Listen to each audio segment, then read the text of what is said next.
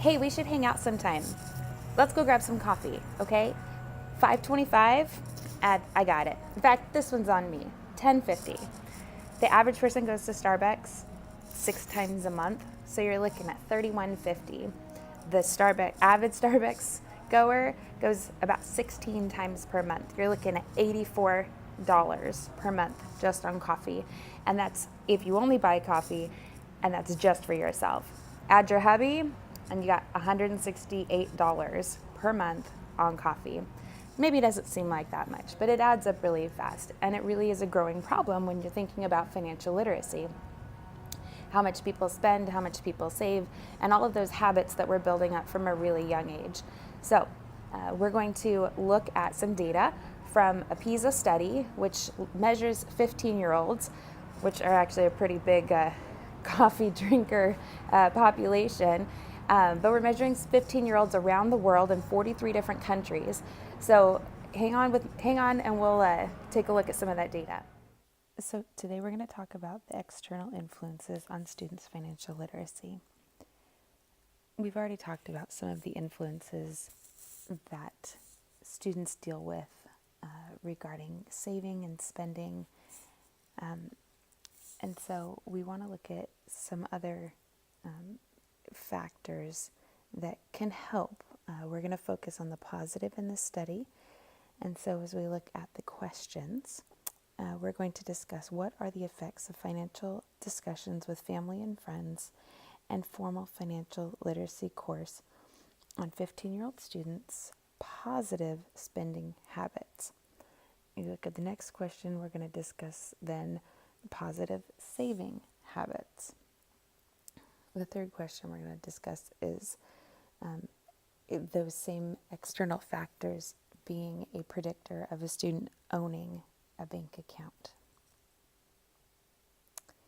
So we're going to look at the theoretical framework here, which is financial socialization. And this was proposed in 2011 by Gudmundsen and Deans, although it is based off of the work of Mochis back in 1985, and then it was called economic socialization. But it's the same basic principles in that students are acquiring the skills, behaviors, and attitudes, which are the three that we're going to focus on, from their parents, mostly influenced by the parents, but definitely friends, and then other places such as a potential school setting. The socialization process happens between personal and family characteristics. So this is just the family itself and how it's built. The family interactions and relationships can definitely have an influence on those socialization factors. So if it's a poor relationship, it may have a negative effect on a student's financial attitudes or behaviors based on the relationship with a parent. And then the purposiveness of the financial socialization. So some things happen very naturally, and it's just by observation, and some things are purposeful. And so parents may be trying to teach these lessons, and in other situations, the children are picking up on it without the parents' intent. So, looking at the socialization process, Gudmundsen, Deans, Kim and Chatterjee, Kagotho, Shim, where they're all discussing the idea that this socialization process needs to begin earlier in life. Both the intended, or just natural. Kagotho was studying this idea in Kenya, and Shim was in Korea. Gudmunds Daines, Kim and Chatterjee were both in the United States. Socialization happens formally and informally. This is back to Mochis back in 1985, the original financial economic socialization.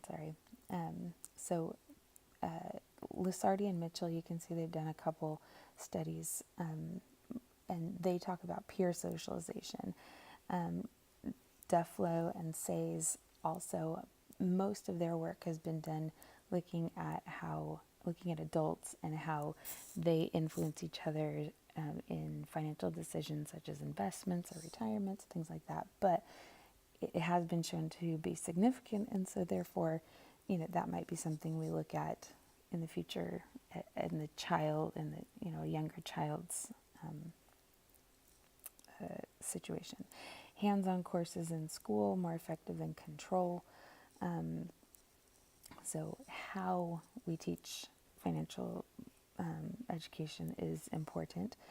And then Sohn brings up the idea, as they were looking at those external factors, they did, they identified parents or families, they identified peers, schools, but then additionally they identified the media as being something new and upcoming that we should probably be looking at as a socialization factor. And so this was a quantitative study.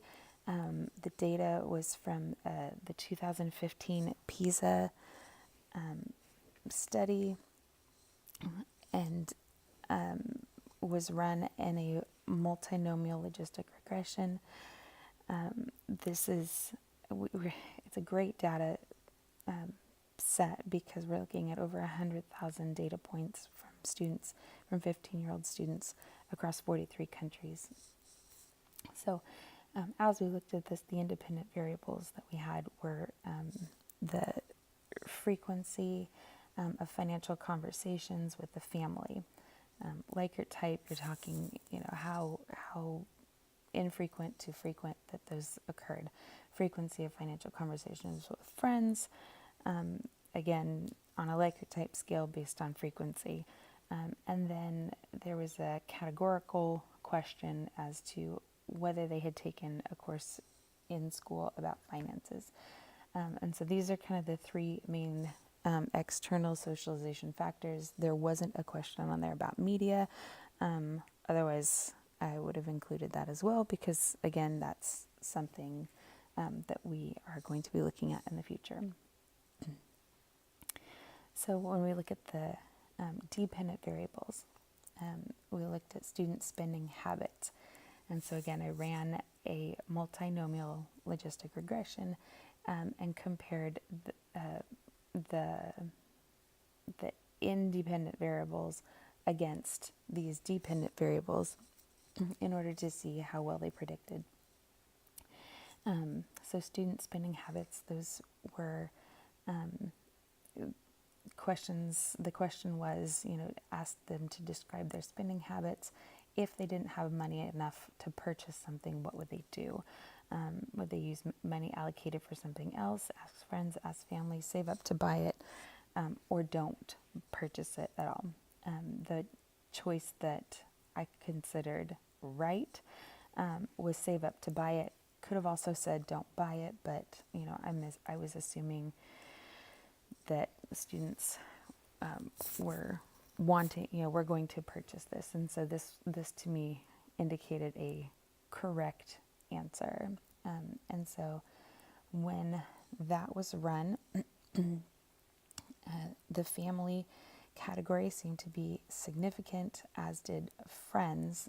The family is interesting because it looks as if it's a negative relationship, and it is a negative relationship, but it's saying it sounds funny.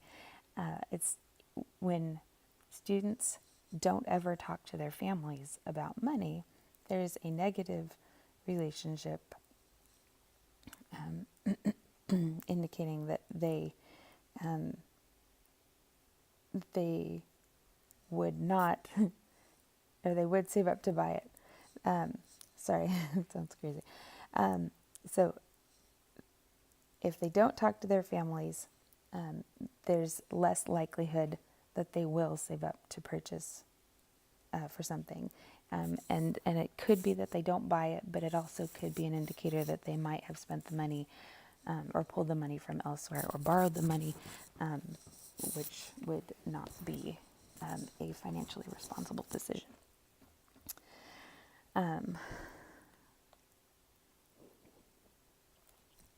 The dependent variables with tied to the saving habits ask students to describe their saving habits. So what I would consider the right choice to be, the most financially responsible choice would be that they save the same amount every week or month, meaning they're doing that first and then paying themselves first and then spending on other things. So save the same amount every month. They could have chosen save some, but different amounts. Save only when they have extra. Don't save. And then the reference category ended up being I have no money, so I don't save. So in this, the outcome doesn't have to be quite so backwards. But this one had had negative relationships again when dealing with the family, meaning that when you never or rarely talk to your family, there is a negative relationship. So indicating that by not talking to them, it's less likely that they're going to save up.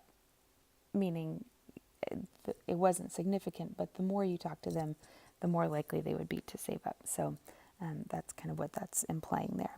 And taking a financial literacy course, answering yes to that was significant in that it would indicate that they would be more likely to save the same amount every week. So a positive spending habit. And then when you go to the bank account, do you own a bank account? Again, hopefully the most financially responsible choice would have been yes.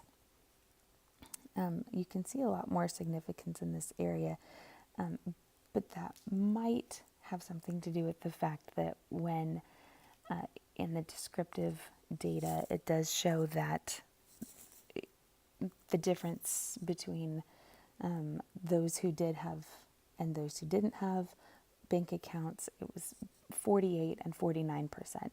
They're very close. And so that may have some thing to do with the fact that there's a lot of significance here. The interesting one that I've found, if you look here, is you look in the friends category. So never talking to your friends is significant, and there's less significance the more often you talk. The predictor values become less the more you talk to your friends about finances, indicating that the more you talk to them, the less likely it is that you would own a bank account. So not talking to your friends can actually be a better predictor that you will have a bank account. I just thought that was interesting. So a family, again, you're looking at this negative relationship, this inverse relationship in which never talking to your family is a negative predictor. So saying the more that you don't talk to them, the less likely you would be to have a bank account.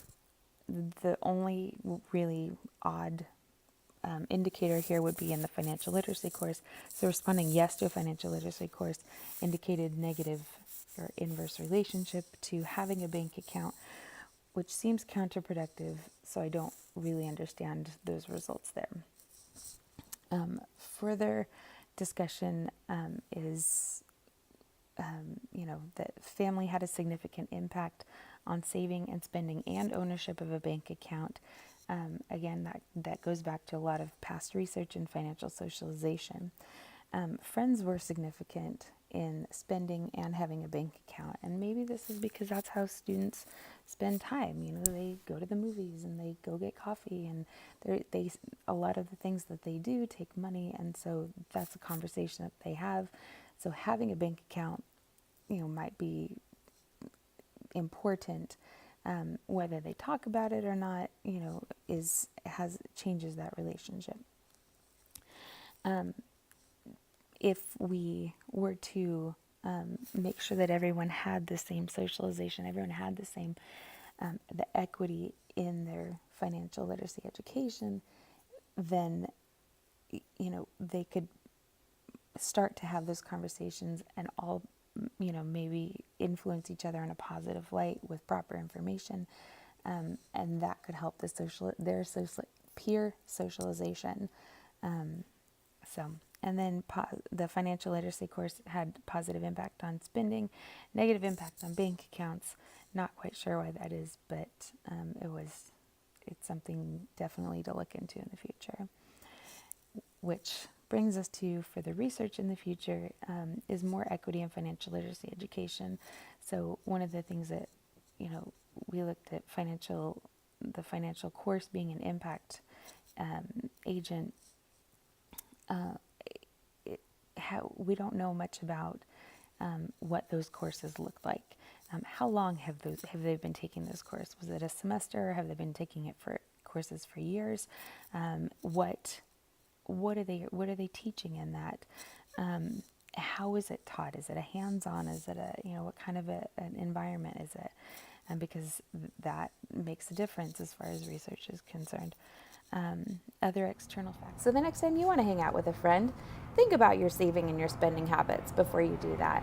Think about what you're teaching your children as they watch you go, and consider perhaps by inviting your friend over, having those discussions about why you're inviting them over rather than going out for coffee. You might be influencing their saving and spending habits as well. As our children watch, we may just be passing on these good, positive behaviors, financial behaviors, in order to create a more financially literate generation.